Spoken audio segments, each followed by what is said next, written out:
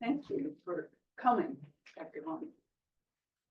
I don't think I'm alone in feeling like this.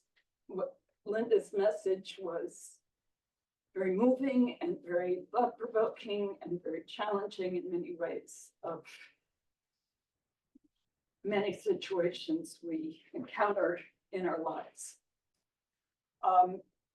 And so the idea is to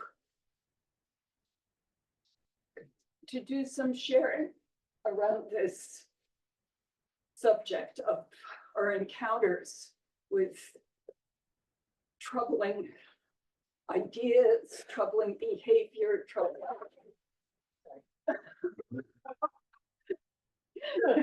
troublemakers. Good trouble. Good trouble. Right. And, you know, when we're able to experience that change of heart, and how God's guidance meets us, how that has worked in your life. So this is a time of sharing. It may have sparked a memory of something that happened in your life and where you were able to bridge the divide, or maybe where you weren't able to. So I'm just going to give you the space to enter into this conversation, which I think we're all part of.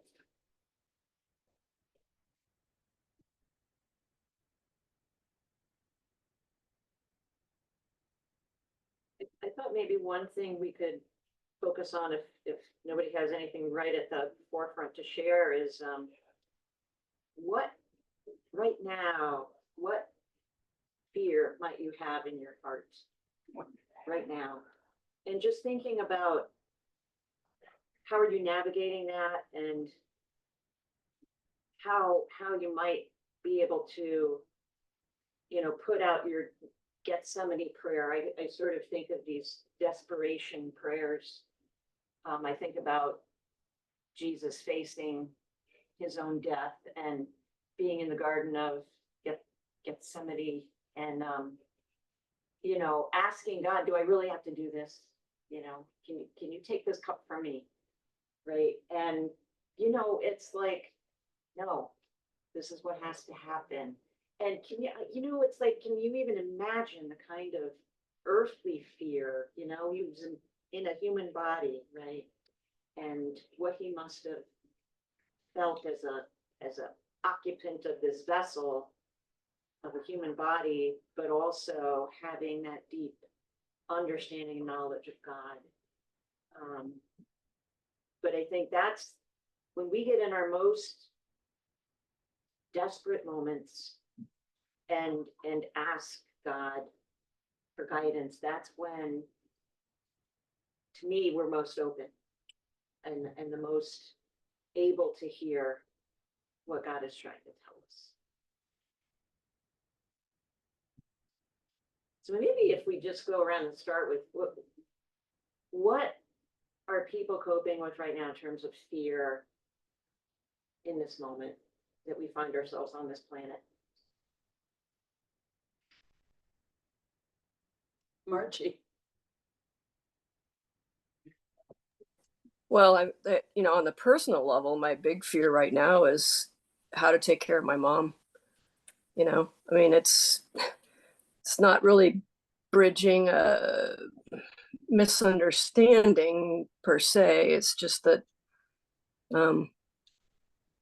I think it's just, you know, the sadness that it's like, I can't handle taking care of her 24/7. I mean, you know, that's sort of, I'm trying to cope with that. So that's, you know, that's the fear at a personal level, you know, never mind the fear of losing her to death. I mean, you know, she's my mom. And I love her a lot, and I'm going to miss her terribly. I don't think she's going to die right now. I mean, she's doing okay with the Paxlovid and stuff, but, you know, and then the other fear is just, then there's the fear at the national level for what's, what in to our country, regardless of who wins the election. I mean, it's not looking pretty either way, and then there's the global fear of just, all the conflicts that are going on and the escalation in the Middle East, and the recognition that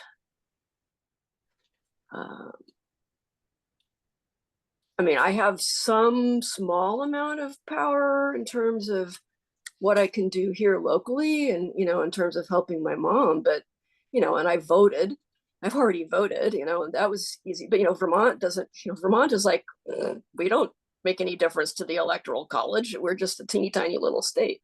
I don't feel unsafe in Vermont, at least not in Middlebury. Although there are plenty of people driving around with, MAGA hats and Trump flags and stuff like that. So, there is that divide exists here as it does anywhere else. But as far as my influencing what happens on the national level, or if the international level, is just, I feel pretty much powerless at that level. Thank you, Margie.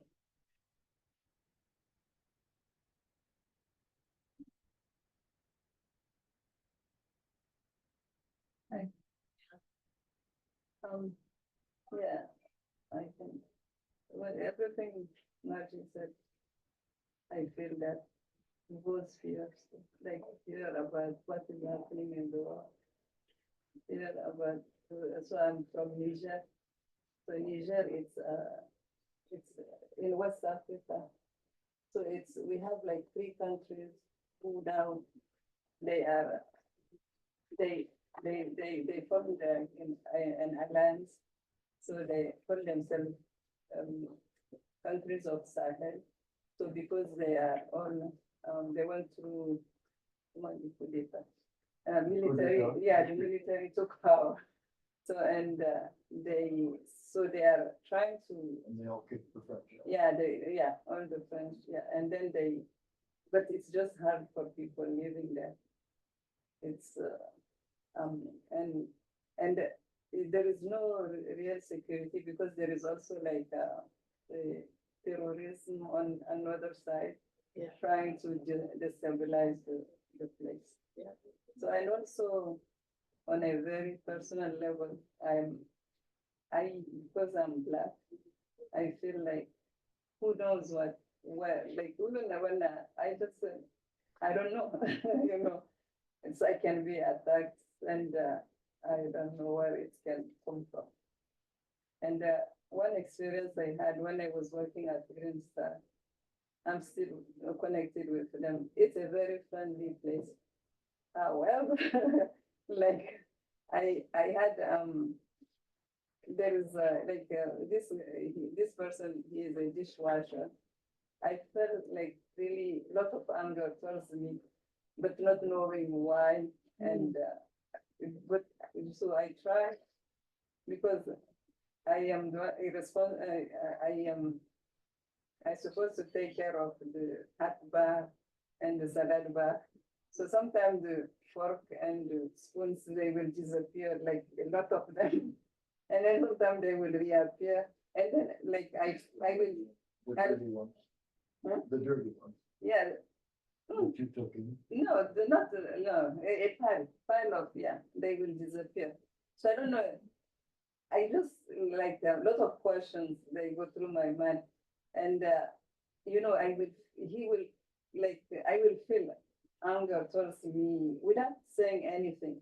And so sometimes I share with the person I cook with.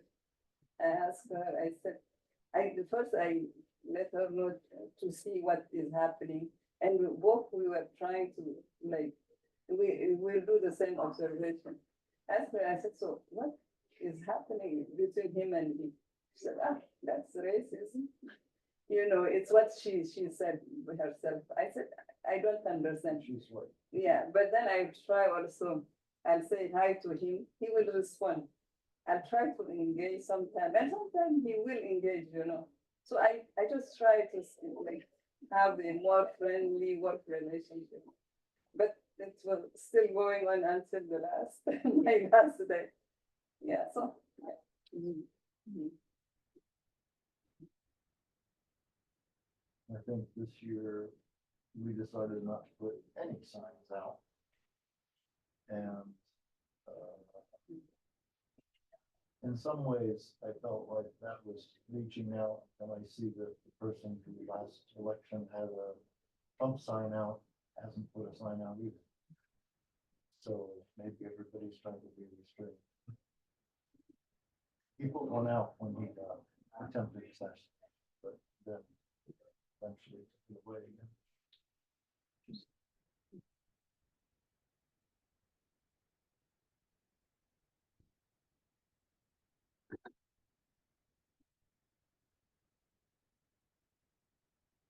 Well, one thought, my biggest fear, I would say, is what's happening in the world in terms of military response, violence. As what we all know is not a solution. It never has been, it never will be the answer to resolving. When I think about the national situation, this week I was thinking a lot about identities, you know, wondering about our identities in many ways and our attachment to being whatever that is, and that all the assumptions that go along with that, that actually enclose us in a box that I don't think is actually a true, it can't be a true depiction, but it, and I certainly don't ever want to be identified by who I would vote for as saying that you understand something about me as a human being in my heart.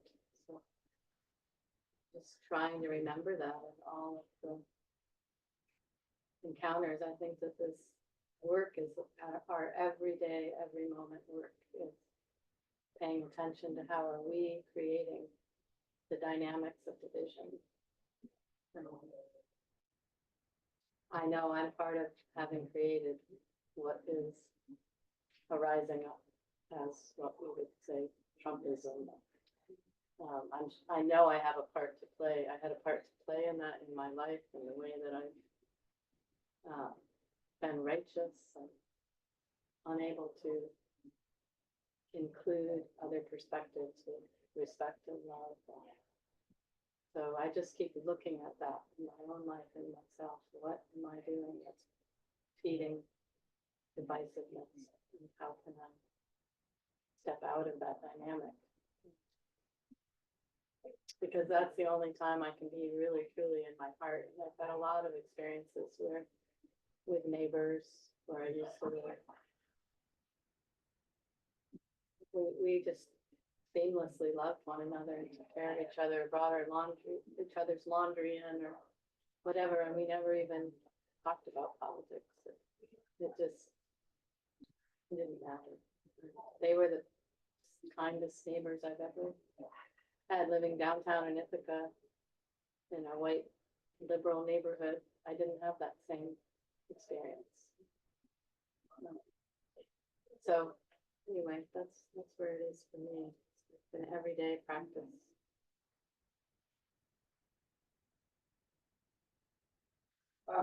Having lived in the Middle East almost half my life, well, I don't know, both with Arabs and in Jewish settings, I have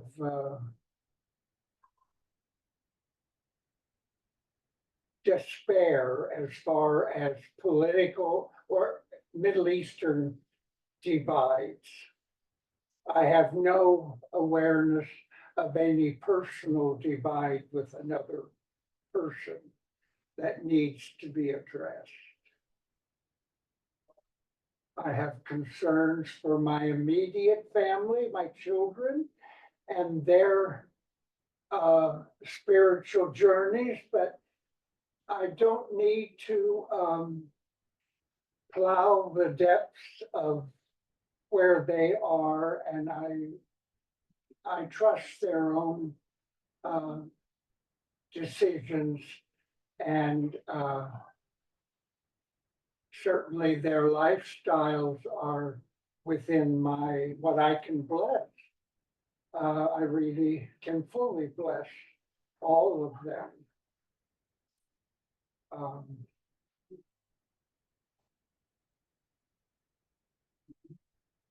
So I think that's about where I am. I'm not aware. I'm not gonna repeat myself. Leslie, take the baton.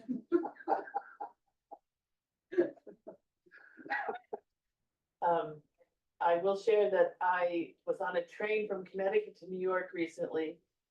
And a father and his two daughters, two of his daughters sat with me. We were 2 and 2 facing each other, and immediately engaged in conversation. The daughter was going to NYU to do a tour. She was excited about going there. The father immediately, I don't want her to go there, and you should go to a state school or whatever. Was kind of negative toward her, and I was trying to ask questions that would uplift her choices, and he kind of calmed down, and we had a nice conversation about who we were and sharing that sort of thing. And then at some point he said, like he pegged me, and he said, well, I'm voting for the other guy, something like that, to make it clear that he was going to vote for Donald Trump, and he was trying to bait me, and I thought, here's my chance. Here's the chance I've been waiting for, to not, take the bait, and I react, and I said, oh, why are you, so I just started asking questions. Why are you voting for him? And, well, something about jobs, creating jobs. I said, well, yeah, but and what about do you think people can, without a living wage, even though they have a job, do you think they can still afford to live a decent life, and so forth and so on. And it was very, I think it was pretty successful, actually, in terms of just hearing each other and not getting triggered, either of us triggered. And I think partly because the kids were there, and I think if the kids weren't there, it might have been different, or if it wasn't on a train with, people right here, everywhere around you, might have been different. So that was nice. That I appreciated that experience, and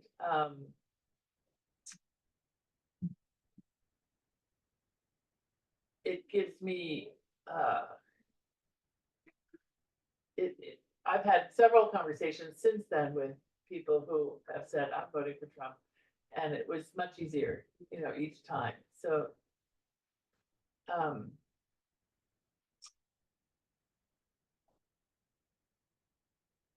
on the theme, well, the upcoming retreat, the theme is draw the circle wide, right? Which feels relevant to this conversation, this discussion.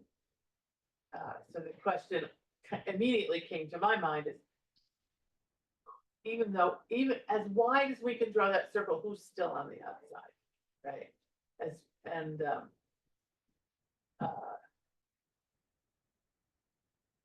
And there are people in my life who are on the outside of that circle, I admit, for sure.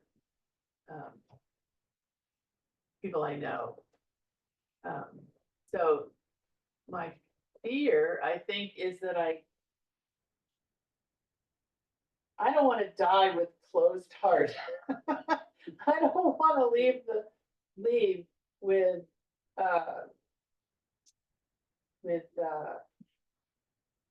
yeah, so that's a fear. mine.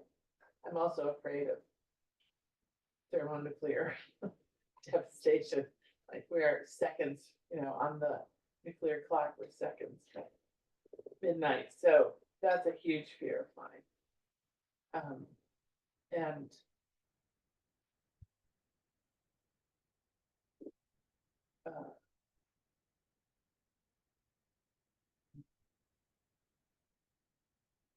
all right, that's all.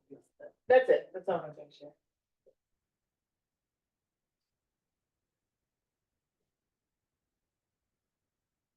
Talking a moment ago, I was thinking, what make people come into the circle? There are people who do not want to be in the circle. It's like there are people where love is not enough because they have such deep divides within themselves that it's hard for them to let go of those because they see the divide sometimes as who they are. And if you let go of that, then who am I going to be?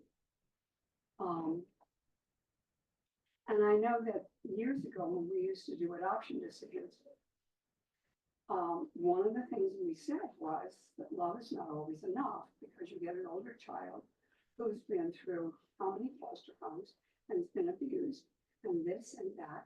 And you say, but I'm just going to love you and it's going to be all right. And they're like, no, it's not doing that. So, and I've had other times, like when my mother was dying and her gentleman friend kept saying, but I'll take care of her. I love her. I'll take care of her. You can't make something happen. And for the people who are on the outside, you can only say, you're welcome to come in. And they may say, no, I'm holding on to my hate and my anger and my frustration because that's what my dad taught me. That's what we learned. That's what I think. That's what I feel. If you take that away from me, then who am I? I don't know if that's true or not, but it's something that I thought about. And as far as fears right now, I'm going out and canvassing on Tuesday for our congressman because my card is that if Trump wins, that I'm hoping that the Congress will be less inclined to do all of his crazy things. But I've had many times when I've reached out and one time in particular when we were in St. Louis, I was very young and I was on the circle of care and I was asked to take food or go over to see this woman whose husband had just been killed in a crash. And she had 3 little kids. And I'd never met her from the church, never been there. And I thought, well, I just screwed up my courage and I had a cake for somebody else. Well, I'll take the cake. Sort of like between them and me. Okay, here's a cake. Are you going to be all right? And I got there and her mother took the cake and called her daughter and her daughter came to the door and I said, I'm from the church and I wondered if there's anything we can do for you. And she threw her arms around me and I thought, oh, okay. And I thought every time I've stepped out like that, I think, okay, maybe the next person won't like it. They'll say, get off my doorstep. I don't want to see you. But I had that first lady who threw her arms around me and said, come in and I'll give you a list of what you need. And I was like 23 years old. I had never done that before. And my family was not the kind of family who did that sort of thing. So it was a bit of a challenge, but so if there's a fear, I try to find her. I don't like to say a way around it, but I try to find a counterbalance to that.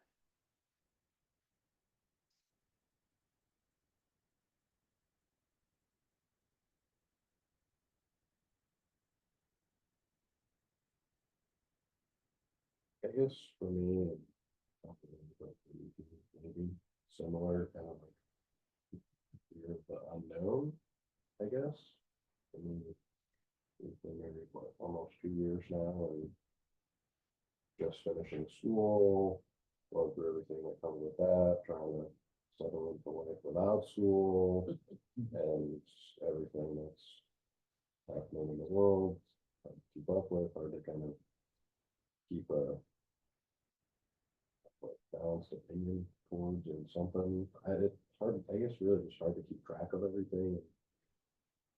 Kind of know, at least for me, where, when, and how to feel about all the different things. Like, a lot going on, and a lot of it is immediate stuff that I feel like draws more of my attention and time and energy, and a lot of times I just feel bad not feeling like I have enough energy for the other things that are happening that aren't as immediate. But I don't know.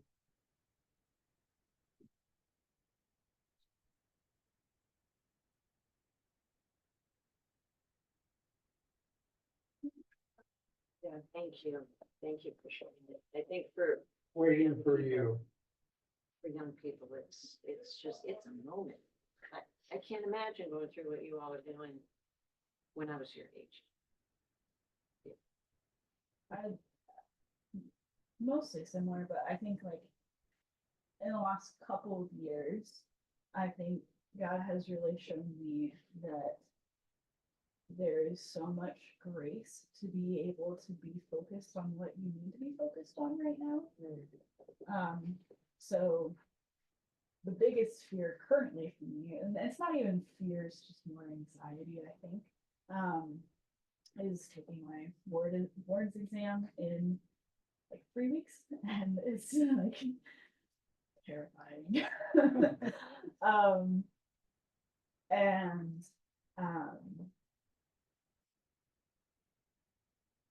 and so I don't have a lot of reserves for other things. And anytime I think about the ring and go, I can't do anything. I'm able to feel God just like saying, that's okay. It's okay to be focused on where I'm at right now.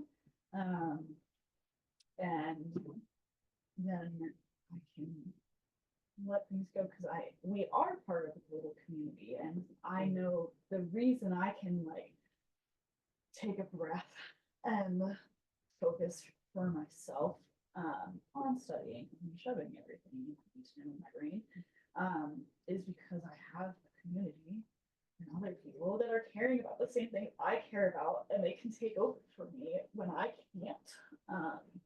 And I have a God that does that, and I have a God that like is always looking out for other people and looking out for the world for me when I can't. And so that gives me a lot of peace in that moment to be able to like focus. And yeah, and the things that will come, and I can't control that. And so like I can't, like yeah, it's hard to know what we can do with the meager amounts of everything that we have. But I am always encouraged by my friends who have as little as we do and are still like caring and all of that. And I go, I'm in all of you all because I can't do anything. And they're like, you're in a different place, like it's okay. So like, yeah, and I try to do things that I'm scared of because that's like something I try to do, but it's easier to do things like climb a 60-foot tower and not like engaging with people because I don't know, it's an emotional thing instead of a physical thing, but, yeah, but I always just like feel God saying, you don't have to do it all, which I think that seeing a lot of hard work over the last like 3 years. So it's not like, you know,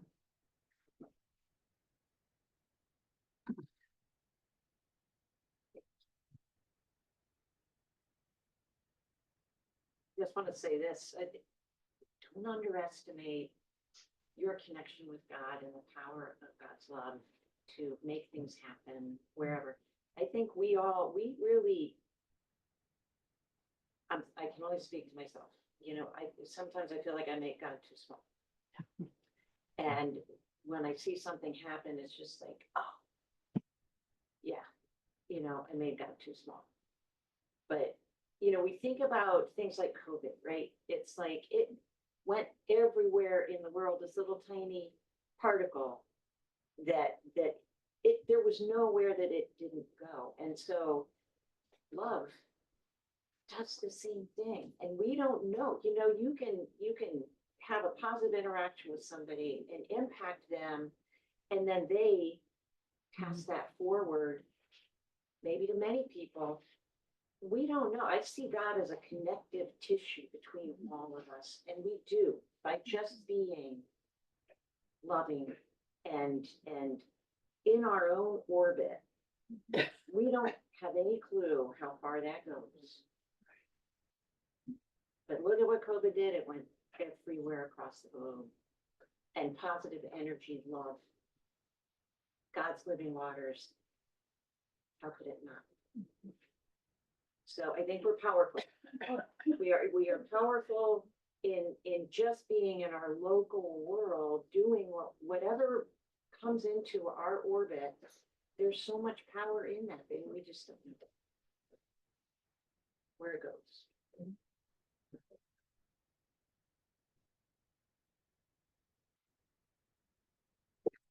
I was thinking about fear and how it's a very natural reaction for all of us. I don't think we rid ourselves of it completely. I was thinking of your story this morning and how much fear you had when you went up to the door with the chicken. But there's something bigger than the fear. So for me, it's not erasing the fear completely. It's knowing that there's something more powerful than fear. And so I can recognize my fear and put it in its place and act in spite of it, or even as I'm trembling, and know that I'm in that, I have that connection to love. There's some promise here. I don't know what it is. Even if things go awry, somehow I know that that fear is not, you know, an insurmountable wall or an obstacle that is too big.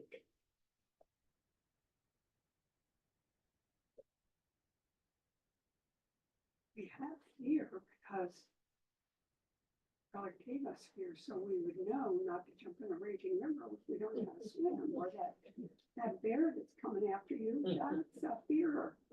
It's when the fear kind of takes over out in places that we really haven't. Some fears, I know they're just the smallness in me. The fear of rejection, the fear of people's anger. It's like that can just become such a looming, you know, created mushrooms up. And I think, but I have no basis for that. It's something that I carry from my childhood, whatever, but it doesn't need to keep me hiding away. That's-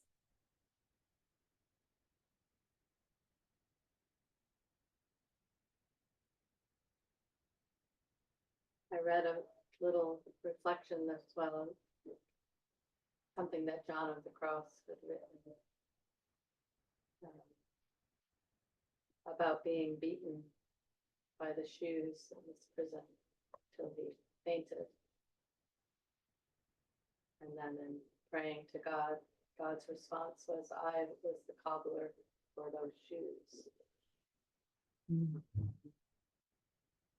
I'm sorry, I cobbled those shoes. And the reflection that the person gave after that was about everything ultimately belonging to God. And to me, it was that compassion that it was met with, that is the call to us to meet, to try to meet what comes to us with that spirit. It seemed like a phenomenal challenge. Like I read it like 3 times. Like, this one I have to just stay with like for months, you know, as a koan. It seemed fitting to what we were going to reflect on today.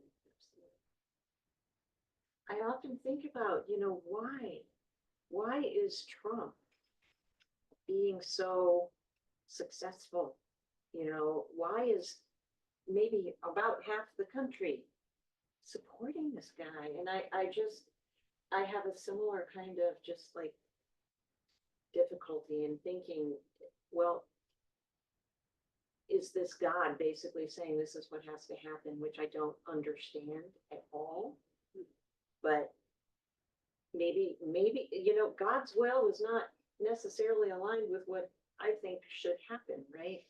So I'm just trying to be open. You know, the only thing that occurs to me is the planet. And for the planet to survive, maybe all the humans have to go away. And maybe if Trump wins, that'll happen faster. It's a horrible thing, but it's just like we are destroying the planet. I don't know, but all I can do is just say, I just need to align myself with doing whatever is in my power to do and pray for guidance from God and just do everything that I can in what I come upon, and just hope that I do as well as I can.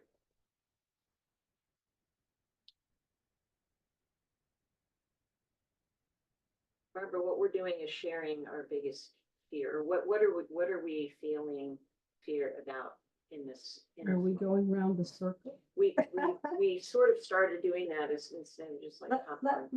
Let me pass for now and listen to a few more. Sorry, Jan. It all comes to all, I think, right in the corner where you are is always, you can do something.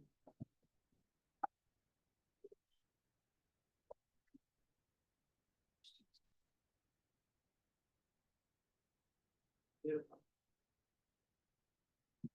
It's hard for me to understand what people are thinking. Or if they are thinking. But if they are just doing what is best for them right at the moment. Not thinking about what is best for them and other people in the future. Anyone can explain it to me. Human nature.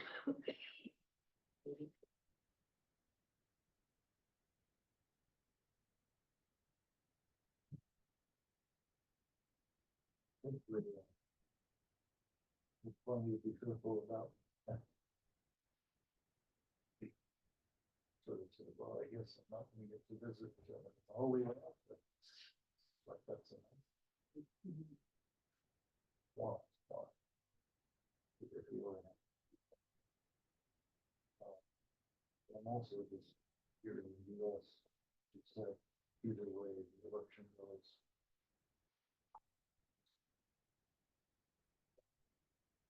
One now gonna collapse because Trump withdraws all the money, funds everything, many of this, much of the stuff is going out. What will that do for the economy and everything? Those are some thoughts that come through my mind. Yeah. My inner story, I worry about all my kids who are black. What are they about? Would they be a world like what I would have made myself on the airplane back in France watch the movie Civil War, which really mad that somebody had made a film like that. But,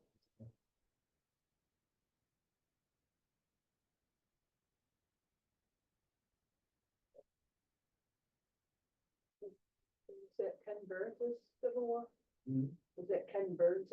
No. this is about Civil War Oh, that happened now, okay.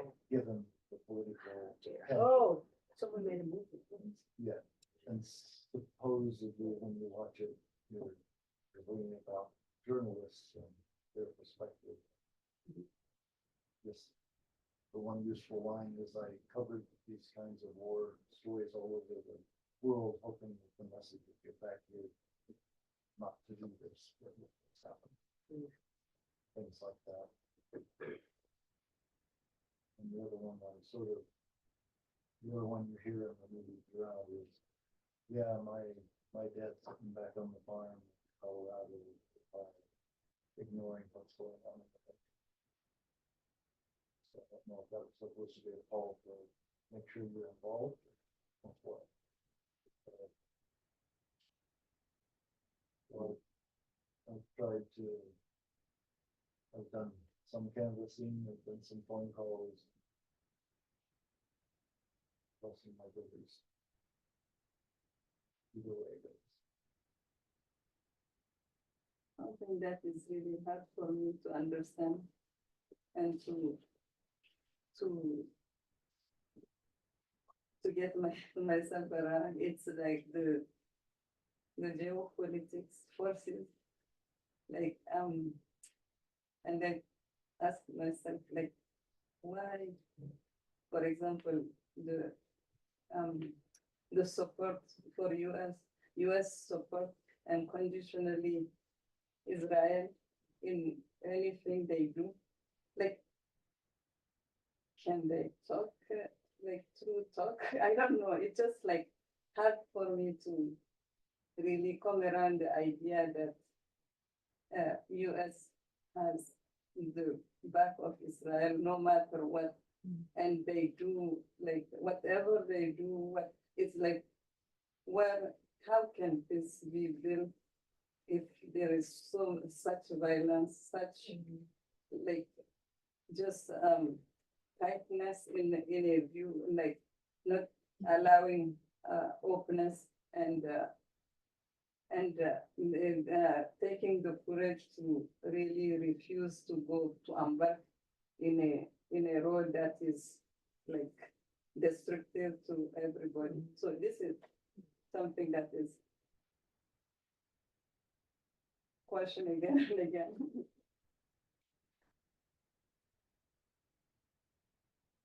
For me, on the national level, of course, is the fear that Trump will be reelected and all the ramifications of that. Because I just do not understand how people could support a man that's so vile.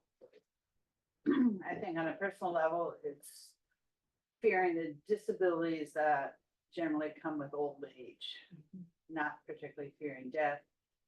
You turn 80 and suddenly you realize that the shoe is going to drop at some point. You don't know when, but hopefully, thank God for hospice. But,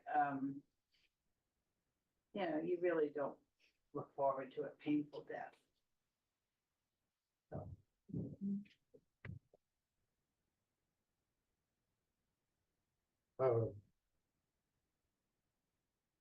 Thinking of fears, I guess, what occurred to me is that we've all heard the talk about a body center.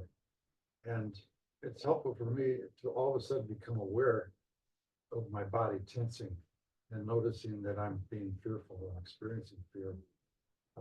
I think that's an important step in dealing with it, because that just seems you can feel that tension and accepting it. Oh, okay, yeah, I'm afraid, and then kind of allow it to move into accepting it and then trying to understand it and maybe letting it go. But I think just noticing it in your body is kind of important. And last night I played down at the laugh thing, played flute. Certainly I was feeling tension in my body before I stood up to play. That performance, the anxiety of make a mistake or something like that. It was important to feel that and then try to let it go. Accept it, it's natural. I was also thinking in relation to what Linda said, when I worked for Lakeview Mental Health, the current, or the CEO at the time, came up with a teaching that he offered to staff who, when witnessing behaviors that are kind of offensive or disturbing or whatever, rather than, why are you doing that? As a sort of a natural human reaction. Why are you doing that? And he cautioned staff to take it and deepen it. Is that what happened in your life to sort of lead to this kind of situation? So it's a deeper why. And I think that overall it's been very helpful for staff to try to see that in a broader sense.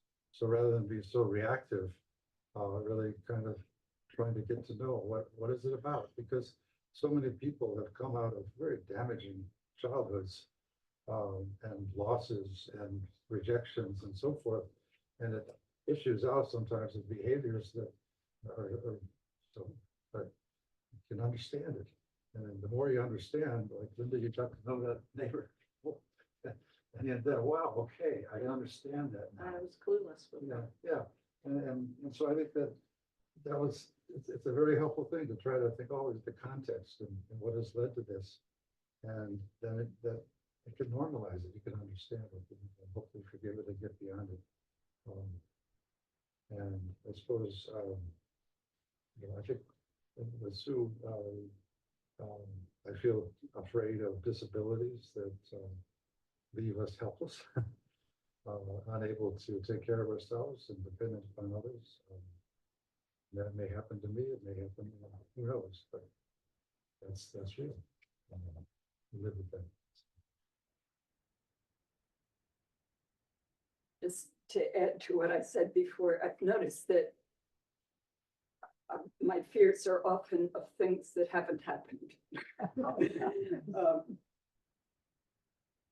It's so easy to come to There's a sociological term for that, non-event stress. There you go. It's the worst case scenario thinking.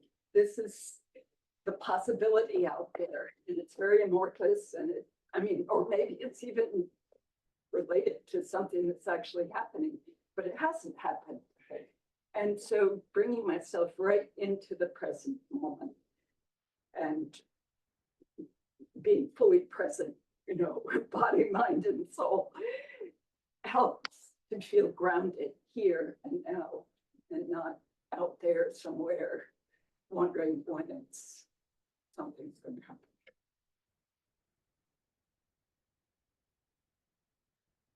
Yeah, I have my fears too, and try not to focus on them, but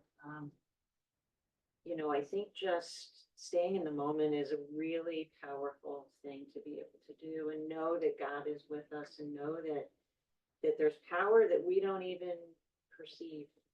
Love is incredibly powerful.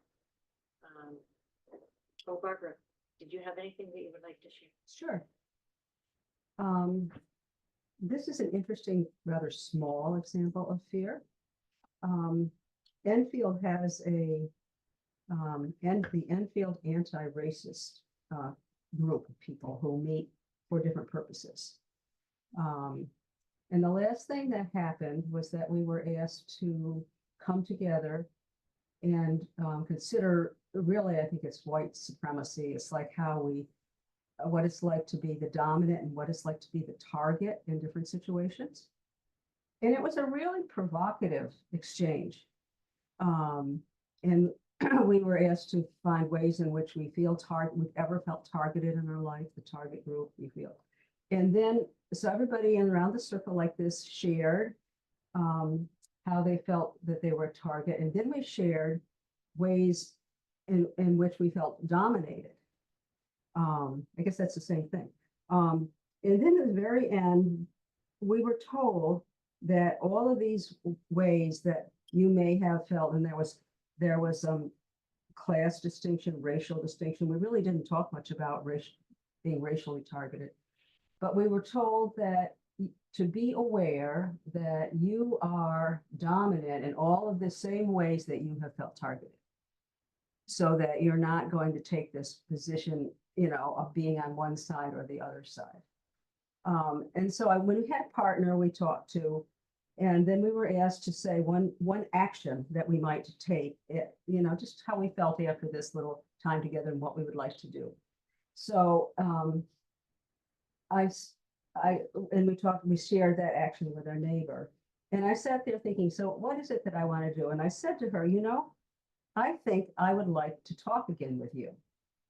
I just like to, and I didn't know her at all. And she said, well, I would be willing to talk to you. And she said, I have to tell you that I go deep very fast. And I said, well, that would be okay with me. So now it's been about 2 weeks and I haven't called her. And I don't know, I think there is an element in me of the fear of making that connection again, which is a very small thing, but I think it's what we all live with on a daily basis. And some of that I think is because I'm thinking, well, now I've got another thing to do. I have to find a 2-hour time period to talk and go deep with her. And I realize it's something that I'm dealing with because it keeps coming up for me. So that's just a small example of a very personal thing in my life. And I think I tend to guard my time very closely. I don't just give it away and think nothing of it. I tend to think, well, do I really have time to do this? And that's a fear, I think. That's a fear that I don't like to have. And it's a very personal fear. And generally, like I went to this meeting, there might have been a fear that I didn't have time to go to the meeting. And generally, I feel happier whenever I put myself out with other people, have a chance to learn what's going on in their minds. I just feel, maybe it's the spread of love somehow. I feel open and affirmed. I feel affirming, particularly I feel affirming of other people I'm with. So that's on a personal level. I think my major fears for the country are similar to everyone's, although I talk a lot with Bill. He should go next, but I think I tend to not be able to go to that point of, oh my God, this thing is likely to happen. I don't know what it is. I feel not as afraid as I know a lot of people do. And I don't know that I'm trusting anything in particular, although I've always liked this statement, God's great goodness.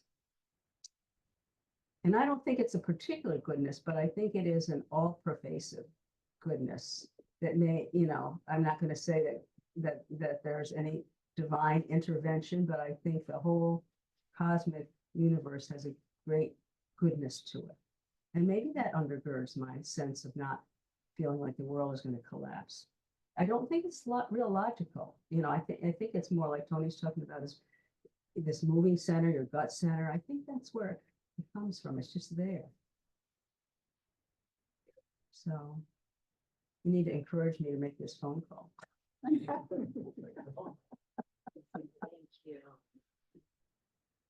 Bill, did you want to share something? What do you feel? Interesting. Well, I think what Barb said is true. She doesn't fear the collapse of the world. I feel it much more than she does. I think one of my fears is white Christian nationalists. I feel, and that has caused me to think, I don't doubt their sincerity.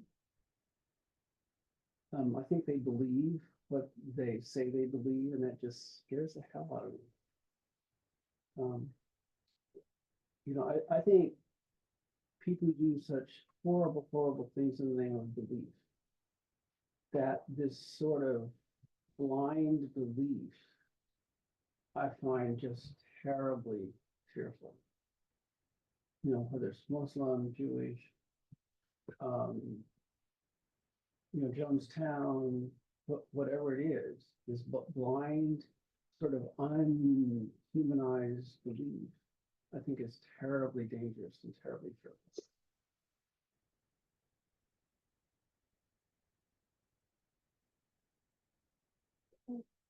Hey, yes, hello there. Yes, thank you. Yeah, I'm a little bit with my Muna on, this destructive thing that it just seems like the whole planet's kind of taken it for granted, but we as leaders of the United States, world leaders, thousands of people, women, children are just being murdered. It really feels like a Holocaust, or is. And there's just been this status quo kind of talking about, we'll always defend Israel, so.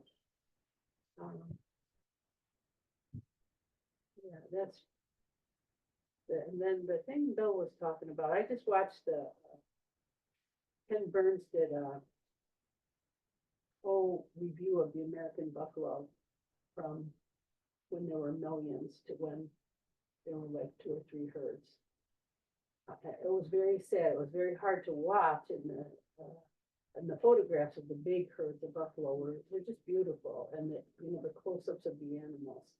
But it's that kind of thing where all of us, I think, can be so ignorant without trying to get to this place of understanding that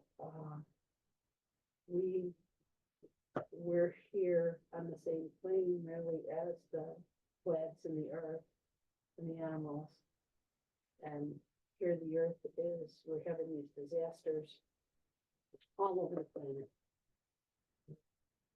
And we don't have a real sense of how to stop it, or we're not following the protocols to begin to move it. It's like I think we are dense as human beings. Or we don't want to change our behaviors. It's a very personal level. I go to the 518 building, which is a building that hosts 12-step groups, and they have a very old elevator that they only want one person to go at a time. I was really scared of going on that elevator. So finally I asked somebody from the group, I said, would you ride the elevator with me? And we did it several times. And then I rode it with the maintenance man. And then last week I rode it by myself. And it was this fun.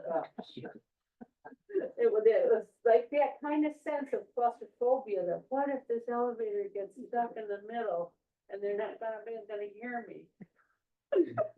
The idea of being lost. I think the idea of being lost does scare me. Yeah, so thanks. I wanted to, today's service there was clearly a mantra in this service: love one another, love one another, love one another. God is love one another, which I really appreciated, actually. And that I think the antidote to everything that's been shared today is, for me, what I try to is, what does it mean to love one another in this situation right now, here? What does that mean for me? And it's not, and I just want to say, love one another isn't necessarily a nice thing. This is not, it doesn't mean be kind. That's not what it means, actually. It means don't kill each other. It means, yeah, anyways, but it is the antidote. I mean, it is I invite you to invoke that mantra this week. What does it mean to love one another? Okay, it means I need to make that phone call, or what does it mean to love one another? Okay, I'm gonna work at opening my heart a little bit more to that person that's on the outside of the circle, just a little bit. I don't have to do it all. Has Margie had a chance to go? Yes, Yeah, Okay. she was first. She was a brave first one. Hi, Barb. I didn't want you to miss your chance. You explode. Yeah, you missed it. Real story. Thank you so much, everyone, for coming and for sharing. And I hope this conversation will continue in some form. Thank you, everybody. Margie, Thank here. you. Excellent.